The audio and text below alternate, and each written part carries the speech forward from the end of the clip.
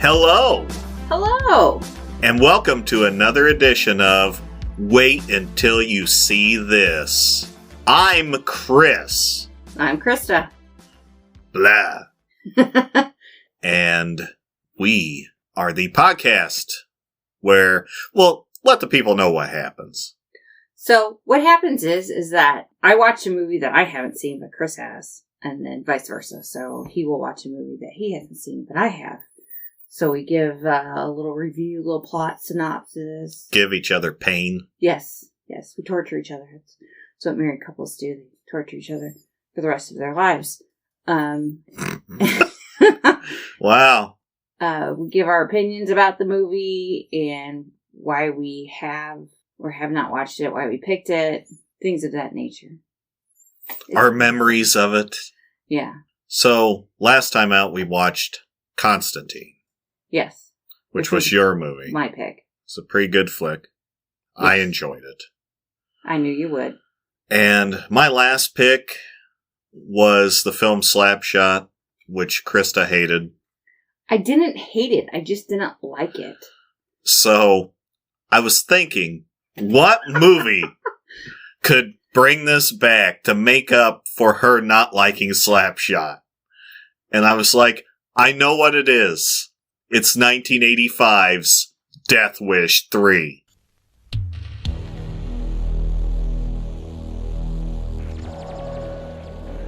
New York, a city pushed to the edge. People pushed to the limit, and no one's got the guts to stop them. It's collection time, Charlie. 3 murders, 4 rapes, 9 acts of random violence. This isn't a neighborhood, it's a war. But there is one way. One man who won't be pushed. Charles Bronson. What's the problem? Now you're gonna die. It'll be just like before, Mr. Vigilante, with one important difference.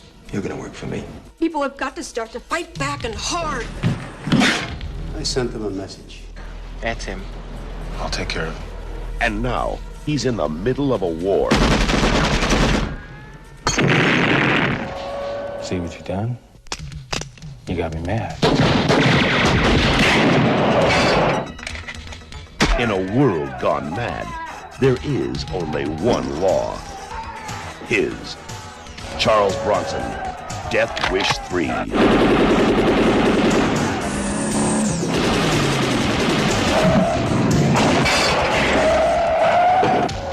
Bronson's back in New York, bringing justice to the streets.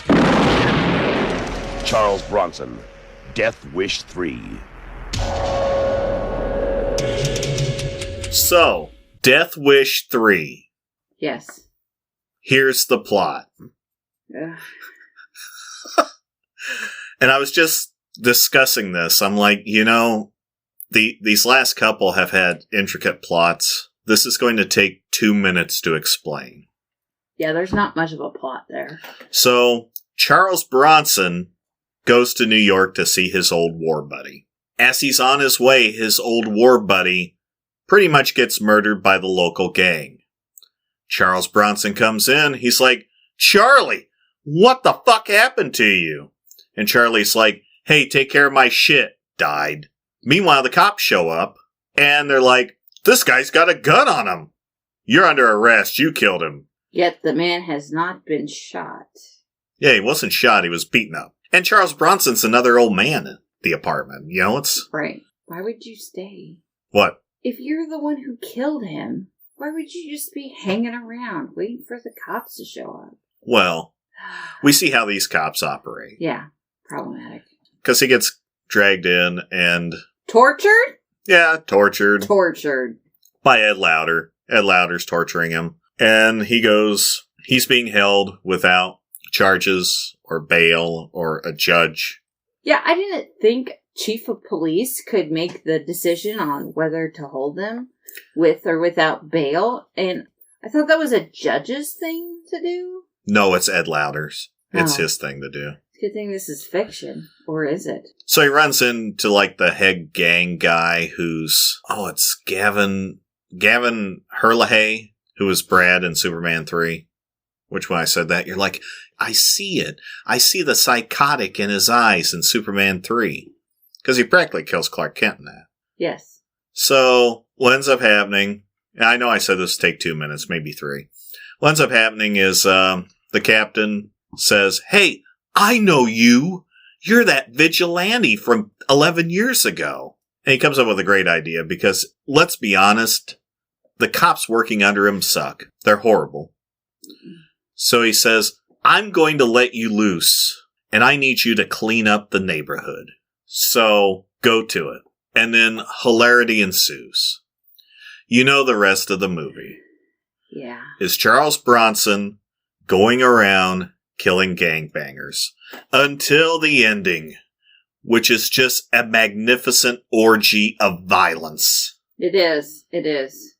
With people being shot, stuff exploding, numerous guys being flung off building roofs. The amount of people being thrown off of buildings, falling off of fire escapes, falling out of windows is ridiculous. We should have counted it. I'm trying to count in my head. Oh, how can you? It was... Alex Winter. Yeah, which is funny since we just did Constantine. Well, what's funny about that whole thing is Bronson's on the ground. And he's like, oh, I gotta check my gun. A guy appears. And then that one guy shoots him with that zip gun. And he falls off a building. Right. And then that guy's like, I'm all out of ammo, I'll be back. So Bronson then messes with his gun some more. Alex Winter shows up on another building. He's about to take aim at Charles Bronson. And then Louder shows up and shoots him, and he falls off the fucking building. Right. It's like, man, we gotta pad this shit. Just have someone fall off the fucking building again. Come on. We've got these dummies for a week. Oh my god.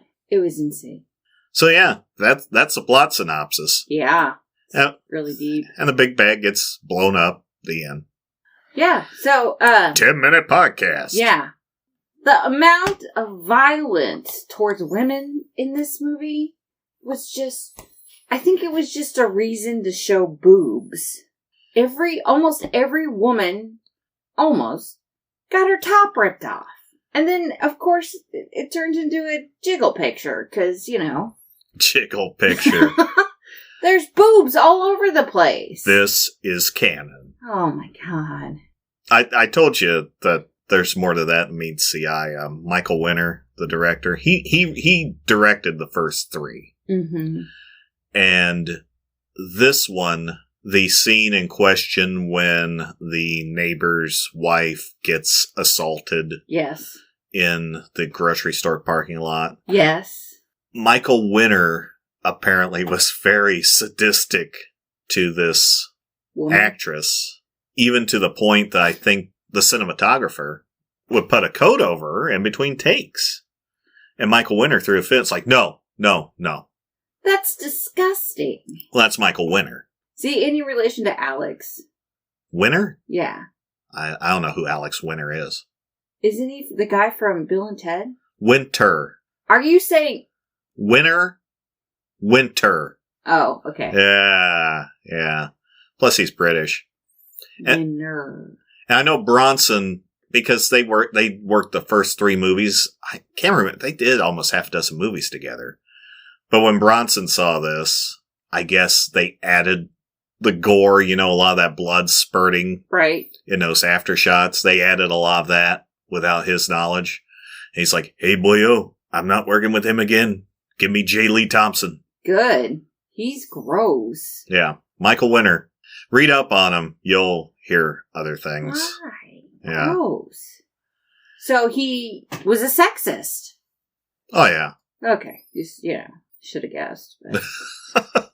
Are you ready for some fun facts? We're already to fun facts. You don't want to talk about this plot some more? Or? What plot? Actually, let's talk about Bronson's other relationship in the movie. Oh, yeah. Let's talk about that.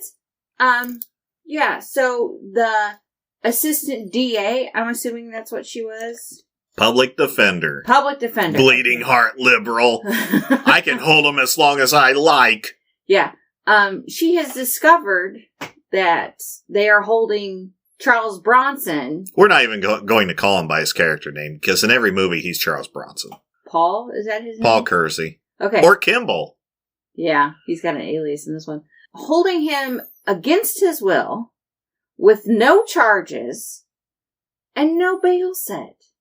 And she's going to the chief going, what are you doing? You gotta let this guy go. He could sue. And he's like, I can do whatever I want. Fuck you. She doesn't meet him that time.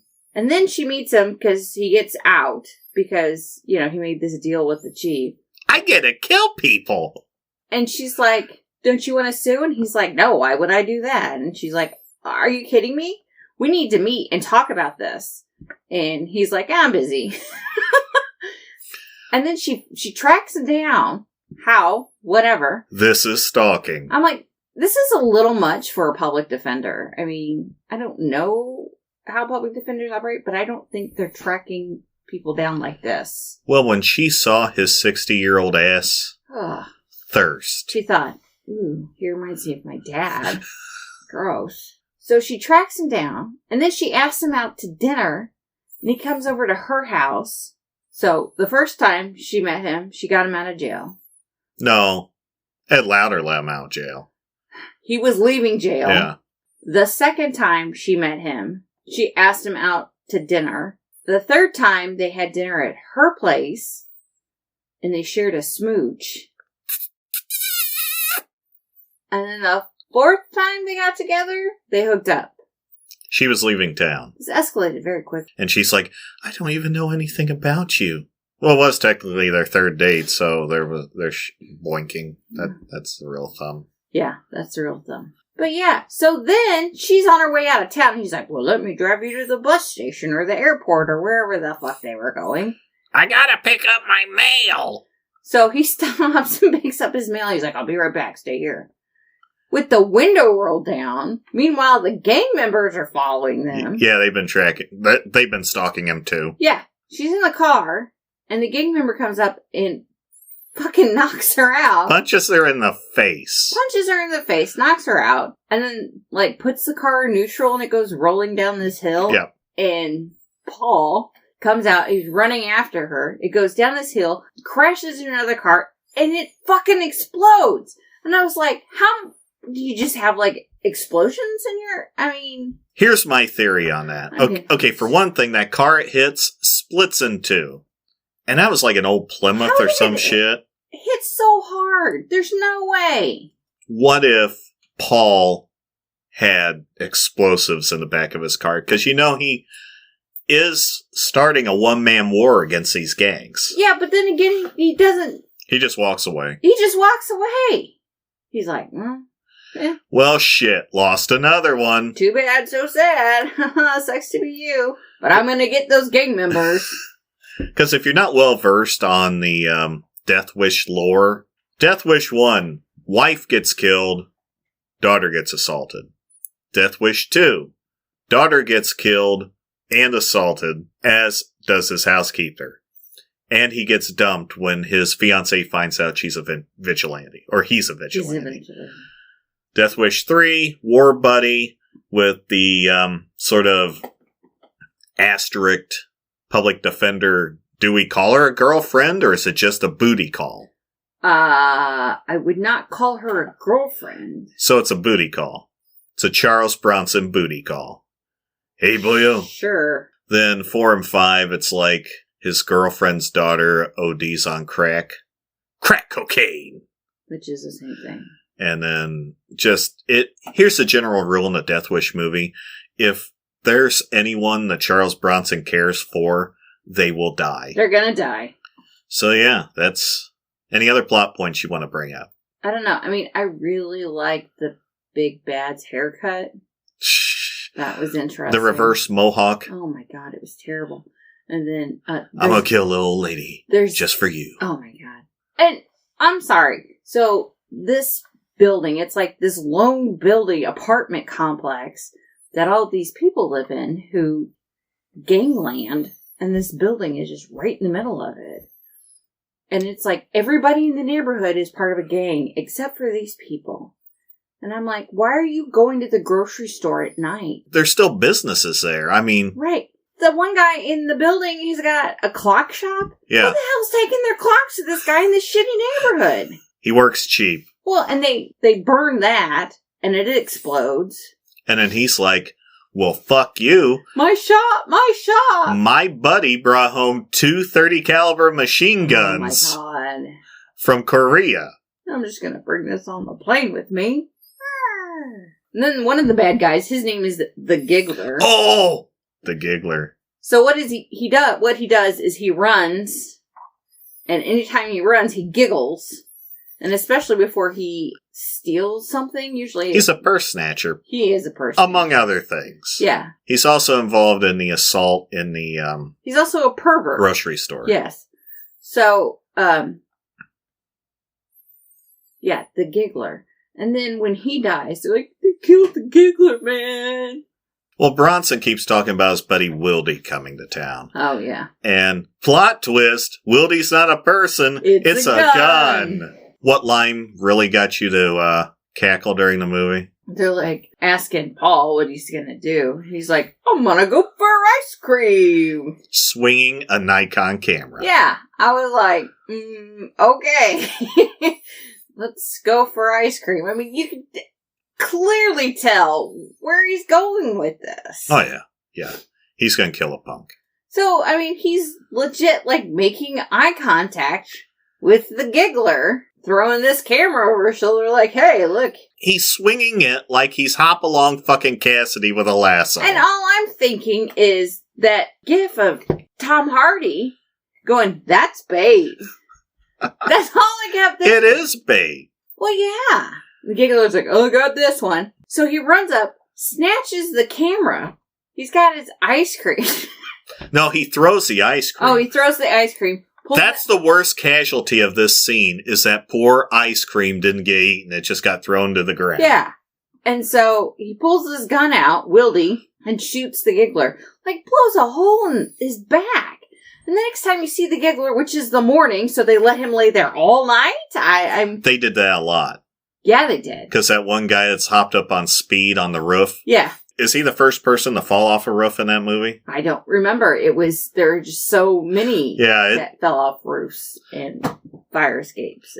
That's the middle of the night, and the cop, he's still laying out there in the morning when the cops are checking on him. So the Giggler is running away from Paul, gets shot in the back, falls forward, and is dead because, he's got a hole in his back.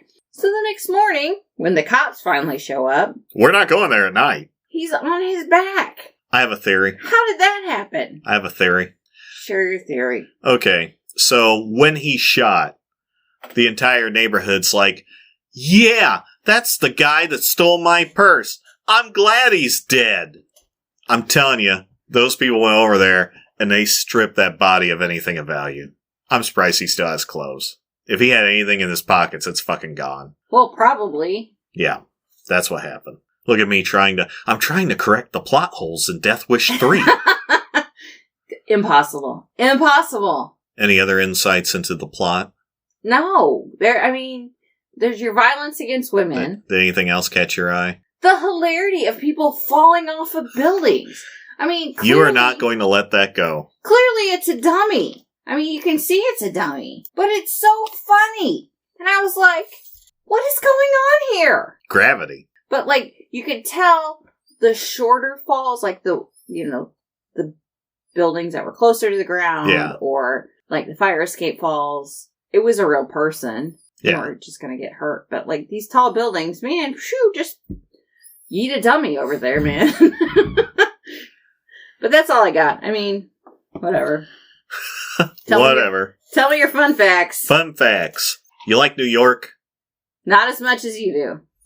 Well, screw you. This was shot in London. Except the opening. Because the opening is blatantly New York. Which lasts 20 minutes. Yeah. Oh, the bus ride? Yeah. I don't need to see his whole bus ride. I get the gist. He's coming in. He's on a bus. It's New York. Great. I got it. Thanks. Gotta pad that time. The Wildy gun. The company that manufactures those? Yes. Whenever this movie airs on television, which I don't think is a big deal anymore, because who watches terrestrial TV anymore? Right. Would see a 20% uptick in their sales for that model. That's of interesting. gun. Yeah, every time. Great advertising.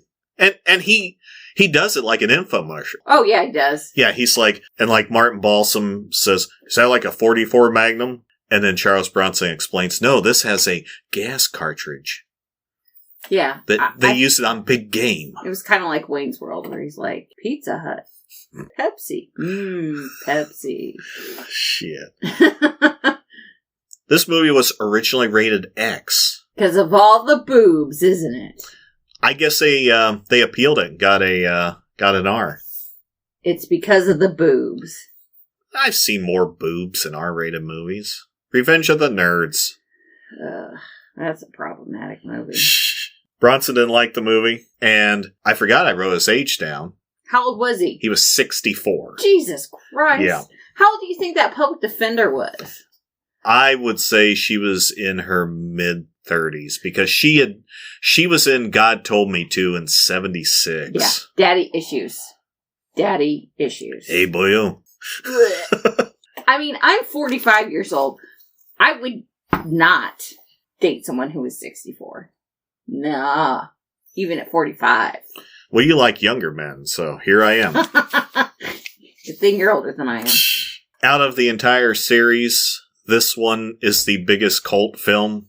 I can see why. Oh, and I can tell you why. The first two are heavy. Yeah. If you didn't like a lot of the assaults in this one, Why would I? you will not like the I don't first want two. I don't want to. Do you want to see Jeff Goldblum sexually assault a woman? No! Then don't watch Death Wish 1. I won't watch any of them. Would you like to see Lawrence Fishburne assault a woman? No. Then don't watch Death Wish 2. No. I didn't even want to see this one. But if she fell out a window, you'd be cackling the entire time. Well, that's... Which ironically is what happens to his daughter in Death Wish 2. Spoilers for a 42-year-old movie. Yeah, well, you know. It was panned, No. of course, but it made money. They made 2 more. Yeah. It's a Canon movie. I love Canon. In 1986, on the ZX Spectrum video game system, they made a video game of this. No, they did not. Yes. But what the fuck is a ZX Spectrum? I don't know. So, believe me, I'll be looking for a ROM of that. Nope. There's the FBI at my door right now. Oh. So the reason this got released, they fast-tracked this. Yeah. Because the year before, there was that Bernard Goetz subway killer, which he took the law into his own hands and shot 3 gang members on the subway. Oh, Vigilante. In New York.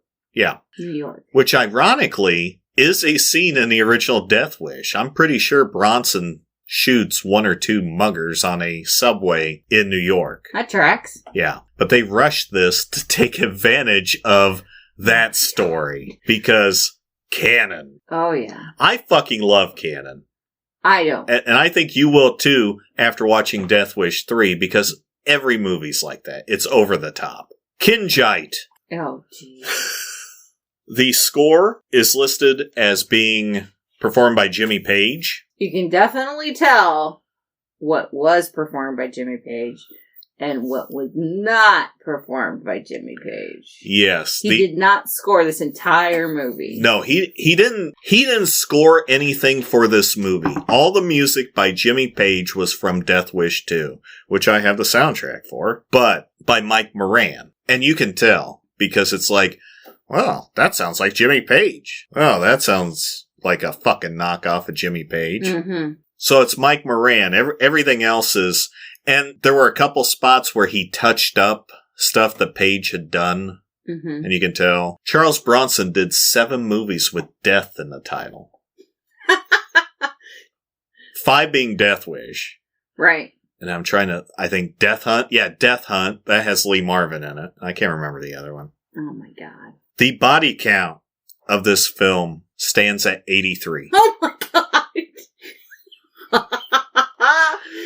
This is why I said we should have counted the number of people yeeted off a building. Well, and here I am. I'm thinking in my head, at what point did Friday the 13th get to 83? 83 in one movie. 83. That's ridiculous. It's great. It's only 90 minutes long. Hey, canon.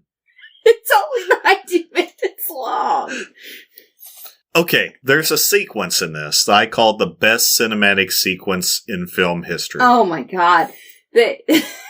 And the bodies are just falling off the buildings left and right. And the music is knockoff Jimmy Page. It's Charles Bronson and Ed Lauter just running down this alley. Guns are just going off. Bullets are just flying by them, but none of them are hitting them. And then they just casually kneel down and pop like 5 or 6 guys like they're playing fucking Duck Hunt. The funniest part about this whole thing is I have never seen this movie, but I have seen that sequence because you've played it. It's great. That one, and then the scene with the car that you liked. The scene which... What's the problem? What? With the car? Oh, yeah.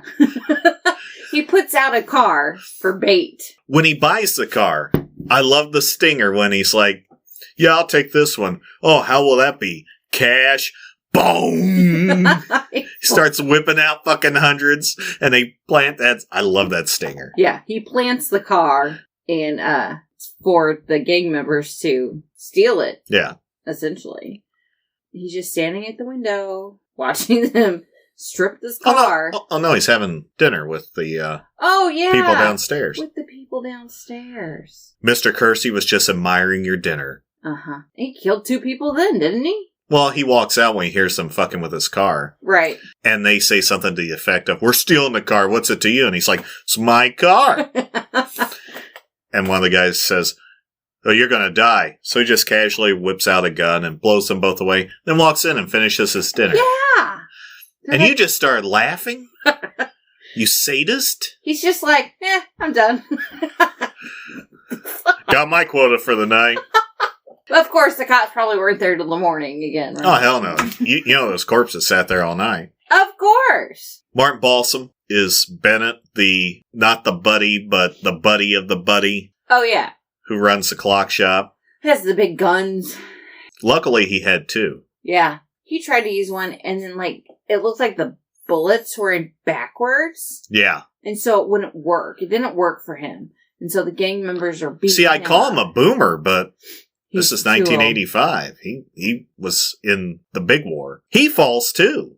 Yeah, because the gang members beat him up because he put the bullets in backwards. But he survives. He does survive. Unlike the woman at the grocery store who just had a broken arm. After she was assaulted by the gang.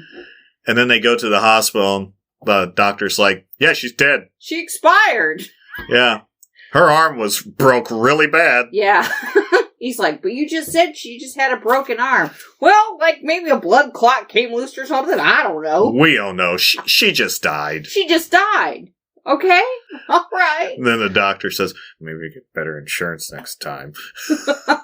Jeez. We talked about Ed Lauter. He's all over this movie. Fucking I love Ed Lauter.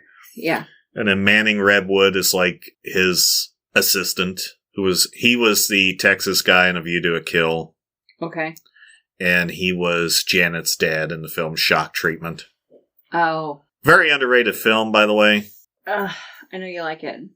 Oh, yeah. The whole movie is pretty much Bronson killing people, and then the neighborhood ends up fighting back in the end.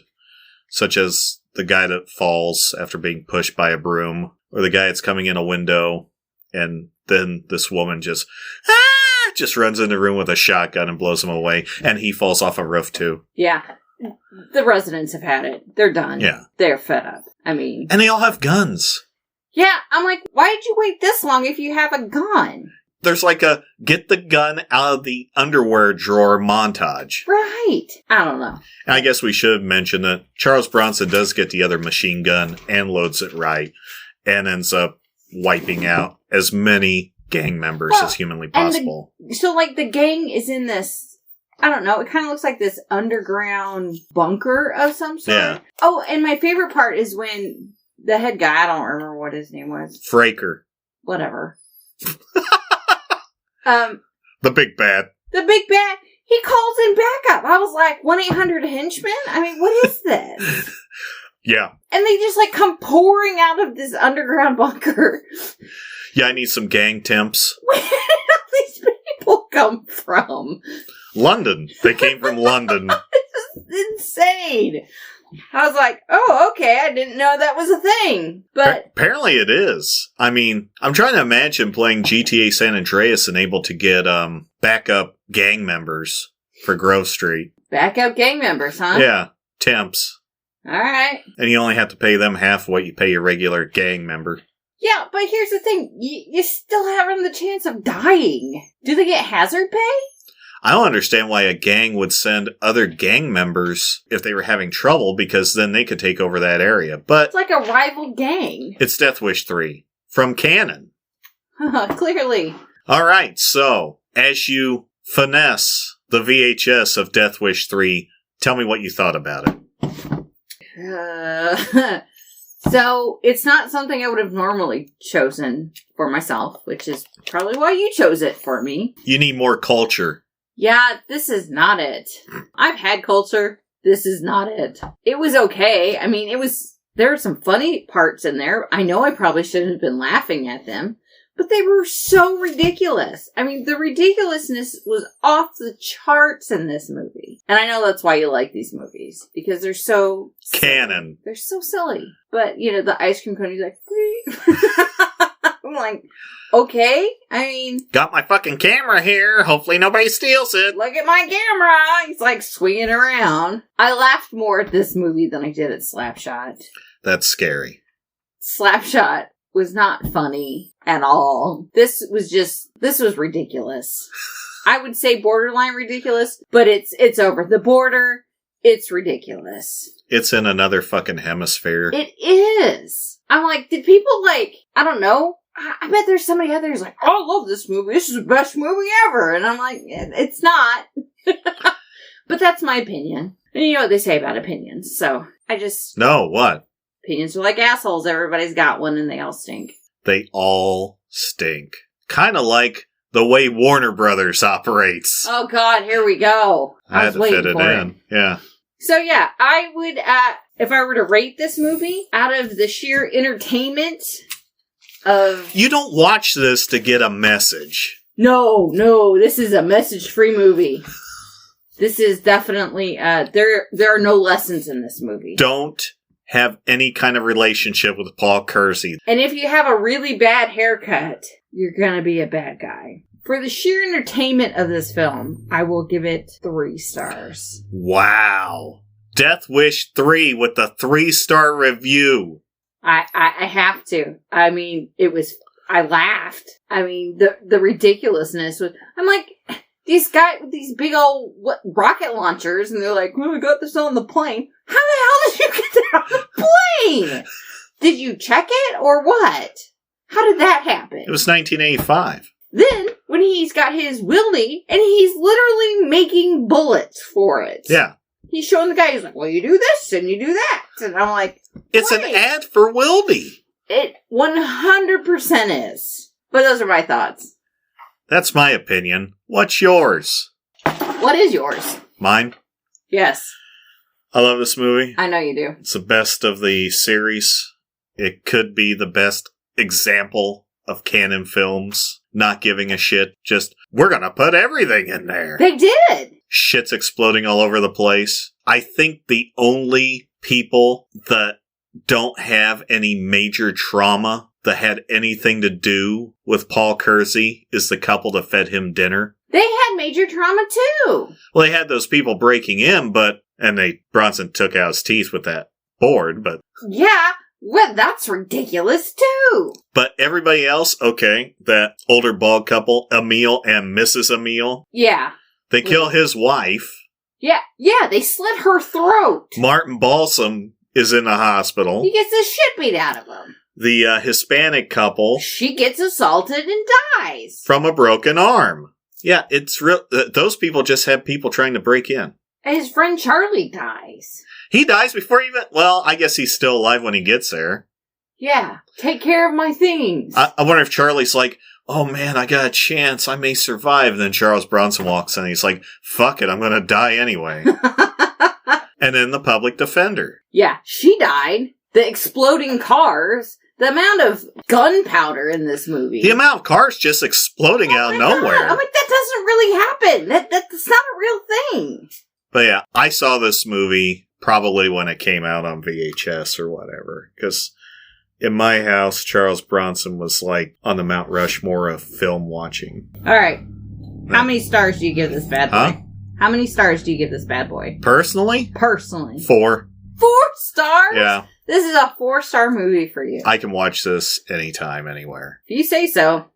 Well, when my dad had a major surgery, and this was back in the almost mid-90s, so they didn't have TVs in every intensive care unit, room, whatever, bed. Also a very small hospital. Yeah, but I was able to get them to get him a small black and white TV hooked to the cable, so one Sunday afternoon he could watch Death Wish 3 on WGN. So, I did my part. You did. Convalescence with Death Wish 3. It's because of the ridiculousness of it. And I was thinking about it the other day, all the part 3s that are so fucking... It's like, we did the first 2 movies, now it's like, let's just make the third one ridiculous. They did. Mm-hmm. That happened a lot. Yeah. You're probably going to see a lot of it. Oh, I'm sure I will. Yeah. I have no doubt about that. Yeah. I have seen a lot of Friday the 13th movies. Well, Friday the 13th part 3. Yeah. 1, it's in 3D. Yeah. 2, a guy at Juggles gets laid. We just watched it yeah. yesterday. A juggling guy getting laid, that is the most unbelievable part of that film. It is quite unbelievable. Well, yeah, it's very unbelievable. Yeah. And the fact that no one, I think Jason has like predator capabilities because... No one sees him. Yeah. Let's not make Jaws 3. A Friday the 13th. Yeah, is that the one when they're in SeaWorld? Yes. That's landlocked, FYI, but the shark gets there. Yeah. Sure, that makes sense. And it's specifically targeting one family. Yeah, the Brodies. Yeah. Well, in 3, it's because they find the baby shark. Baby shark. Sorry. And the baby shark dies. So then mom gets pissed. Oh, so 4 is when it gets personal. 4 sucks. Actually, I think that's the tagline for 4. It's personal. This time, it's personal. And then 2 was just when you thought it was safe to go back in the water. I don't remember what 3's was. It was like, you want to go to a theme park? Sure, that's what it was. But 3's fucking batshit. Yeah, it is. So yeah. And there's some other 3s. Amityville 3. Psycho 3. That just took a 180. I was like, I'm just looking at the Psycho 3 poster now. Have you seen that? I believe I have. I think I watched it with you. 3 or 2? Both? 2's a great movie. 3... I know you're a mark for Anthony Perkins, so... Oh, yeah. 3 is like a slasher flick. Just right up your alley. As a nun. I don't know. These all blend together. No, 2 and 3 won't blend together. Believe me. I don't remember. You ready? Oh, you're really excited about this. I like this one. And, spoiler, it's not a horror movie. Well, good. That means I can pick a horror movie next time. All right. Even though Death Wish 3 is kind of a slasher flick. So, prior to the podcast, we looked at our collection to see what we had. And I believe I have one that you have not seen. 2002. Oh, God. It's a lengthy 2 hours and 21 minutes. What the fuck? That was there were 2 reasons I picked Death Wish 3. 1, I was going to go with a horror movie, but I'm like, no, we've already done 2 out of the first 3. Right. Because I kind of consider Constantine.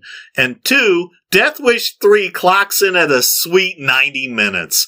2 hours and 20 fucking minutes? Yes. So Are we watching Pearl Harbor? Oh, God, no. Because I haven't seen that one. Oh, well, I hope you got about 3.5 hours to fucking kill. Fuck you. 2 hours and 20 minutes? 2 hours, 21 minutes. This better be fucking good. It is. It has an 8.1 on IMDb. What the fuck? We have... 8.1? Yes. We have... Ooh, I'm not going to tell you the first person because you're going to get it. I think I know what it is. Is the first person Robin Williams? No. Oh. You thought I was going to pick the Poet Society. Yeah. We have... Oh, that would have been wrong for O2, though. Christopher Walken, Martin Sheen, James Brolin, Amy Adams, Jennifer Garner. What the fuck? Elizabeth Banks. The top 2 I'm not going to tell you because you will get it. I think that's about it. I mean, there's a whole bunch of other people, but I don't know if you would recognize any of them. All right, you ready for the other two? Yeah. Tom Hanks and Leonardo DiCaprio. Oh, is it over there? Yeah. Oh, yeah, it is. Yeah. Catch Me If You Can. Yeah. That's a Spielberg movie. It's a good movie. It's really good. I can't remember if it was over there, and I'm like, I think I picked it up at... It is over there. I saw it's right by Dead Poets Society. I saw that, and I went, I am going to go with Not something. mention that one. Right. I'm not going to mention that one because he will guess that one. It's really good. I liked it. It is based on a true story. I think you'll like it. I think I've seen a hunk of it, but I haven't seen it. Okay. I saw a piece in the middle. Oh, okay. I never saw the beginning, never saw the end. There may be a copy in that pile, too. That's the... Bad pile. No, it's dupes. Oh, Duplicates. dupes. See, I used to get DVDs at the Goodwill outlet by the pound. Yes. And then I would come home and my wife would look at me. It was kind of like that scene in Goodfellas when Tommy's walking into that garage to get made. Yeah. Christopher Walken plays his dad. I know! I can't do a Walken. Everyone else can. The ice is going to break. Yeah. It's really good. I liked it. I think you'll like it. All right. Before we go, I need to say something. We record these about 2 months in advance currently.